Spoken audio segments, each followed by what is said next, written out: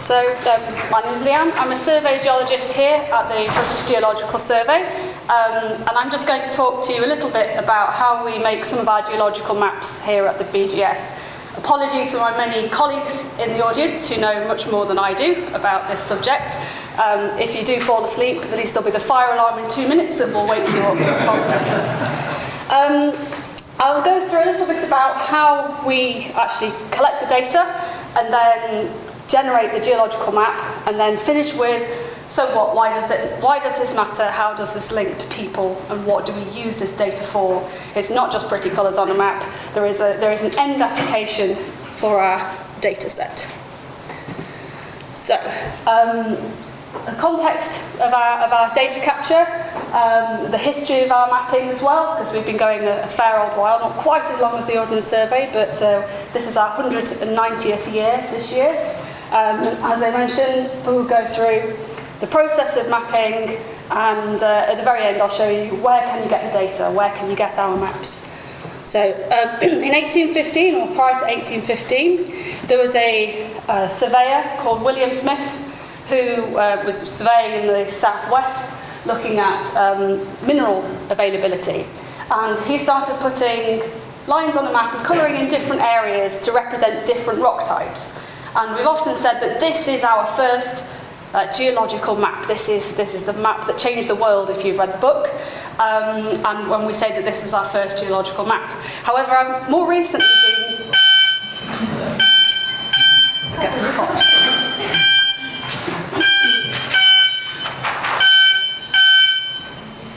It'll go off 3 more times. To speak quickly, I might get some bits in between. 1,150 years ago, in Egypt, there were geologists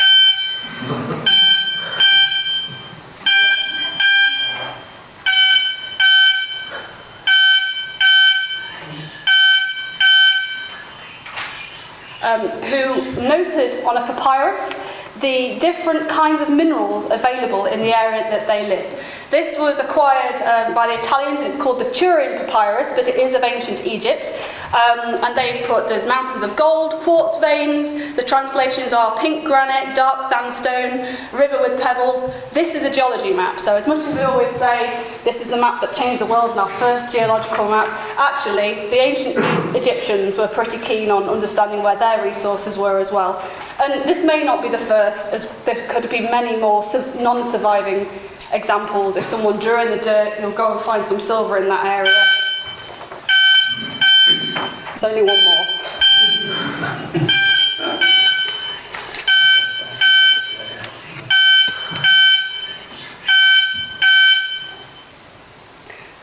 Then there would have been pre-existing geological maps prior to that. So what about the beginnings of the Geological Survey? We were part of the Ordnance Survey, we were based in the Tower of London, but in 1835 we split off and became the Ordnance Geological Survey. Arguably we were doing the more difficult thing of mapping the stuff that you can't see.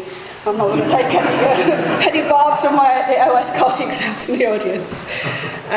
So early BGS mapping focused very heavily on mineral resources. Again, that's what the country we're interested in. That's where our financial incentives lay.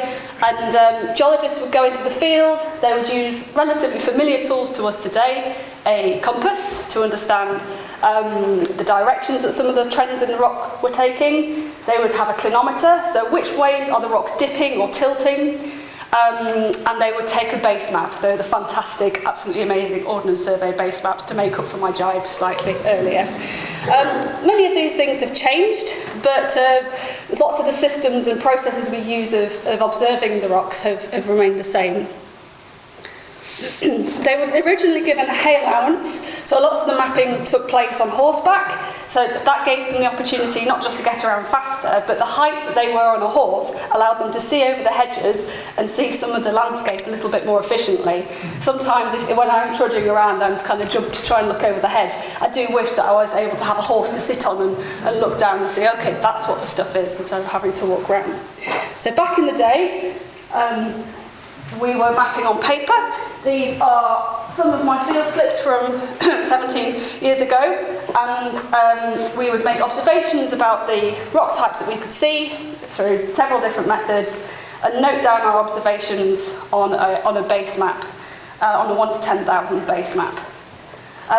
With the width of our pencil lines, we're kind of happy if we're roughly 30 metres within the broad area of where those geology types change, which I know for lots of your surveyors will be absolutely mind-bogglingly inaccurate, but for our purposes, at the scales that we actually compile our data sets at, that's the sort of level that we're kind of drawing our data at. We would have field notebooks as well as our mapping cases that I've just shown you there, and then we had standard coloured pencils, official pencil sets that had the right colour for the right rocks, and we used those to colour in our maps in the correct colours.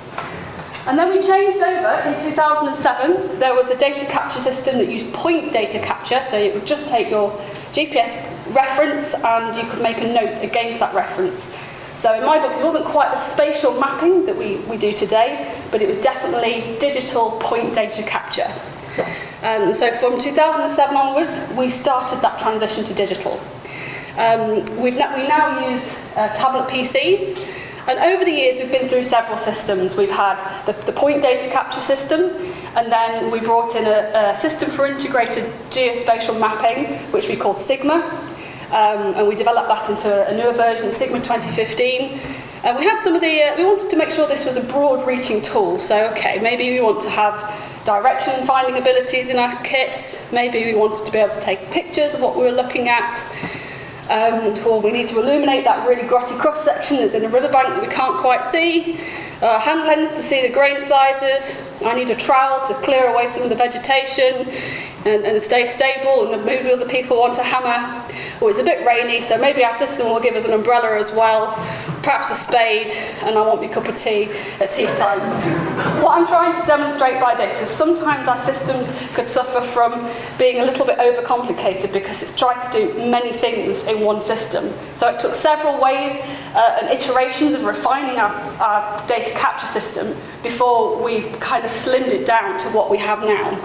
So we do have lots of facilities for capturing data, but it's not quite as heavy and arguably overloaded as some of our early systems. So we're now using a geological data capture system. This uses a QGIS platform in the field, and it operates through Mergin Maps, so we can synchronise our data with our team whilst we're out capturing data if we have signal.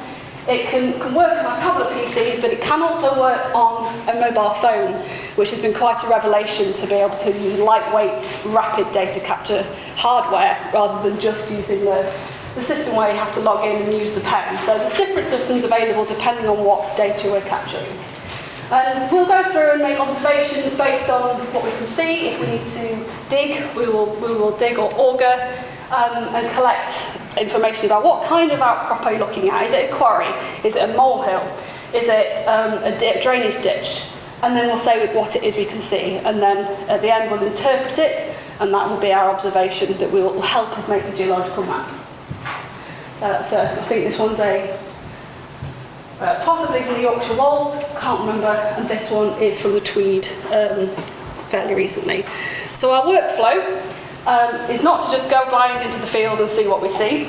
We try and capture a little bit of information beforehand. So if we've got a DTM, a terrain model, where are the changes in slope? That looks a bit flat and boggy, perhaps that's a floodplain. Map those in first, and then you're not using your time in the field, which is very expensive time, to capture data that you could get remotely. So you start with a remote survey, you take that information onto a tablet PC, you then go into the field and capture the data that is more difficult to capture remotely, and then back in the office we work this data up and create our geological map. So what is it that we're mapping? Our two main themes, we have several, and I'm sorry if I've missed out the themes that you work on, colleagues who are in the room, but we have a bedrock theme and a superficial theme on the main things that you would see visually when you immediately look at a geological map. And this is just a line delineating the difference between the two. We've got the older, usually more lithified rocks, the more solid rocks beneath, and then the more recent rocks that glaciers have left behind, floodplains, and arguably the layer that we most often interact with at the surface with more recent deposits. These are some of the superficial deposits we mapped, so the more recent things. That's my flavour of geology, so I might be a little bit biased in saying this is the really exciting stuff. We've got our peat and glacial outwash deposits, lake deposits, ridges of material that have been pushed up by ice, windblown sands and floodplains. There are more as well, but that's a bit of a flavour of some of the things that we capture. And how we go about this can depend on the terrain that we're working in and the reasons that we're capturing the data. So we're not doing a systematic survey of the UK at BGS. We're very much driven by a need for the information. So if there's a targeted need, if there's some infrastructure being developed in an area, that's why we need that geological information. So we'll go and capture it there. We're not just going left to right across the country, doing map sheet by map sheet. We don't have the resources for that. We don't have as many survey geologists as we have historically. So it's very targeted data capture. Historically, there was sometimes traverse mapping approaches. So every 200 metres you could take a sample. This is the Estonian Geological Survey, who I was with last week. They still take that approach on a 1 kilometre transect every 200 metres. They'll look at what's under their feet. But we do it slightly differently. We will make an observation when we think there's been a change. So this is what we call kind of boundary mapping. And this is a GPS that's plotted a dot every 20 seconds or something as I've been walking over an area. And you can see I've not necessarily been systematic. I've walked over where I've seen changes and where I want to know what those changes are. And where I've been a bit confused and stood there for a while going, I'm not sure what's going on here. It's brilliant having the old field slip data in the kits because you can bring up if it's an area that's been mapped previously, you can bring up the historic field slips. And there was one occasion when I was really confused as to what I was looking at and brought up a field slip which wonderfully had a question mark there. So they were confused too. It made me feel a lot better. Oops, let's skip 2 slides. We can use aerial photos, terrain models, some of the approaches that look like they were being used in that first talk in terms of just understanding the vegetation changes and the colour changes. So changes in terrain, changes in texture, indication of the change in the underlying geology.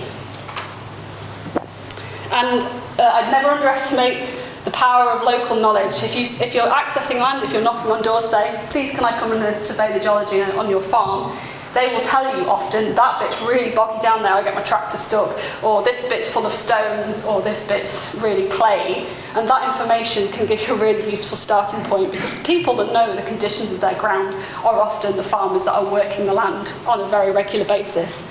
If you're lucky, you can map by road names, so that's handy.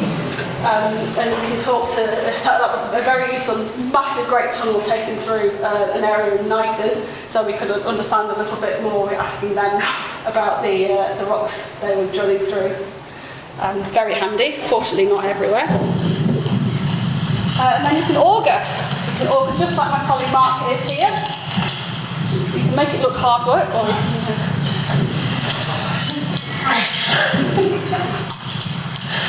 and this will tell you what's beneath the surface. So we carry an auger around in areas that are not really, really stony. If it's really stony, you just go, and it hits a rock, and there's no point trying.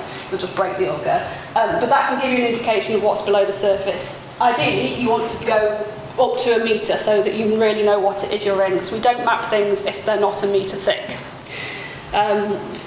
12 auger holes a day is good going. I know that might not sound very many, but it takes a long time to get that deep. It's a lot of work, and then you've got to record everything. So it's not a particularly rapid way of collecting data. When we've got all of our field data, we bring it back to the office, and we work it up in ArcPRO. So we take it from the QGIS package and work with the ArcPRO tools in order to create seeds of the geology and our lines of the geological boundaries, and then build polygons of the different rock types. And I would often use GeoVisionary. Who was in the GeoVisionary workshop yesterday? Yeah, okay. This is a really amazing, like Google Earth on steroids piece of software that can enable you to see your lines in kind of a 2.5D 3D space. And it will tell me if my peat bogs are going up the hillside. Maybe I need to adjust that a little bit because it's not making sense. And then we finish our compiled map that goes through extensive QA processes. So we have several people check our data to make sure it makes sense cartographically as well as geologically.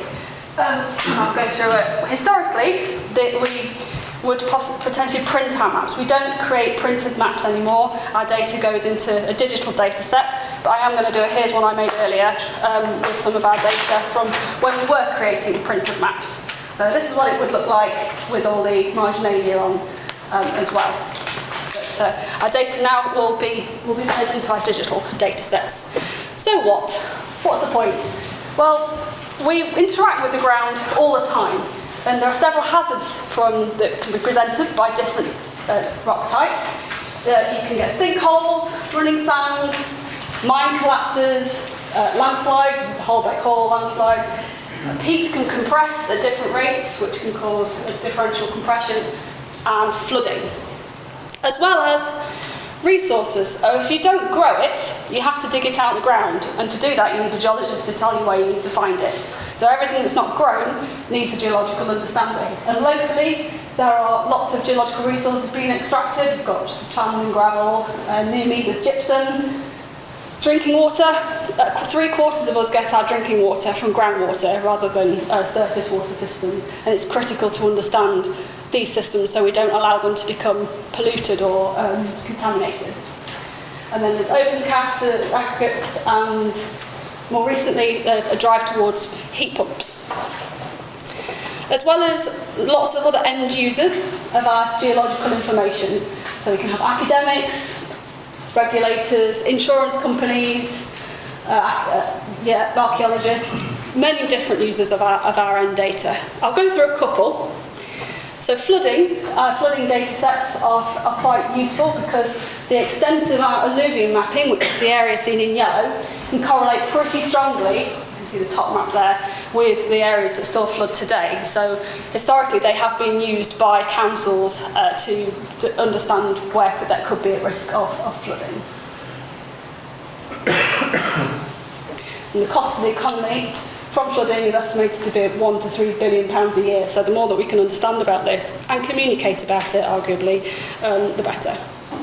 As well as coastal flooding. So our coastal systems also prone to flooding, and the Thames Barrier used in-depth information about the geological properties across the River Thames, there's both the superficial and the bedrock, to create the Thames Barrier, essentially. It was originally intended to be deployed a couple of times a year, but in 2014 it was deployed 50 times in 1 year. So our understanding of the geological systems that that's built on were quite key.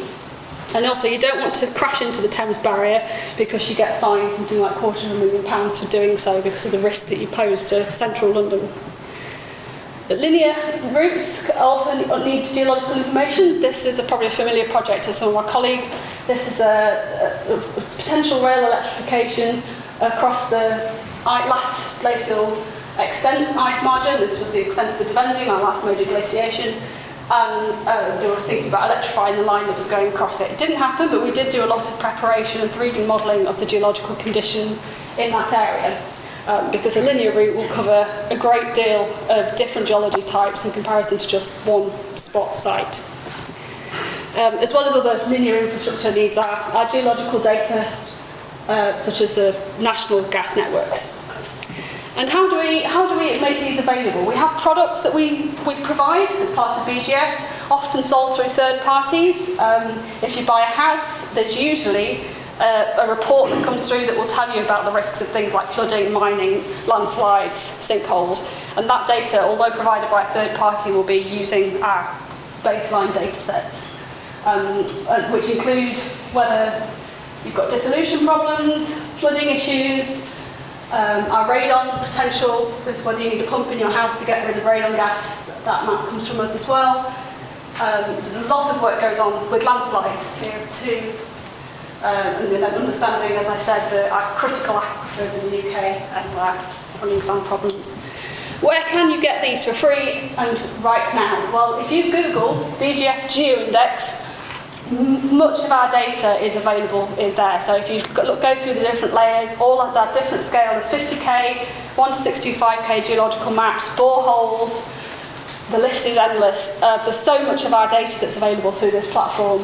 Go and have a play. If you click on the different colours, it'll tell you the rock type, tell you the properties, and hopefully be of interest if you're feeling nerdy. So I'll wrap up there. If you've got any questions, I think we've got a minute or two. Yeah. Okay. Thank you. Squeeze in 2 minutes. 2 questions, maybe. Okay.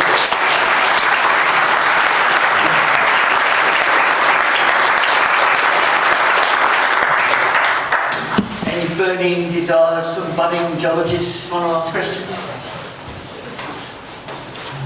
I'm just curious, how frequently, say for like the UK, how frequently would an area be refreshed in terms of remapping it? Yeah, so I guess this depends on the need for the data. So I don't know if you heard, it was how frequently do we update our data sets? And it's a very good question. So some areas, if they've been mapped a very long time ago and there's been no sustained geological need for information in those areas, they may not have been updated since. It takes an incredible amount of resource to map one 50k area in the UK, up to probably a bare minimum of £250,000 to map a 50k sheet. So we're really targeted in where we update. So some areas of high demand, say in the southeast, will have been updated more frequently, and maybe some sheets will have been updated once, twice, maybe maximum of 3 times. So it's not a system of regular revision, it's a case of, do we need up-to-date geological information with our modern understandings of those geologies? One more, you've got 1 minute. That was so interesting, thank you very much. What was the main reason you stopped making the paper maps? Sorry, you probably get the question a lot, but was it just that they weren't profitable anymore? I think that the general move towards the digital data was the broad users and the commercial users of our information are wanting to integrate the information within their GIS-based systems to query and to create the cartographic background and all the marginalia was resource heavy, and in an ever decreasing funding environment it was decided, because of the main users of the data, that our paper maps were not the way forward. We do have a print on demand service, but it doesn't produce the same thing as our old school geology map. It's much more almost a screen grab with a geological map, digital map, with a very long list of all the things that appear in it. Yeah.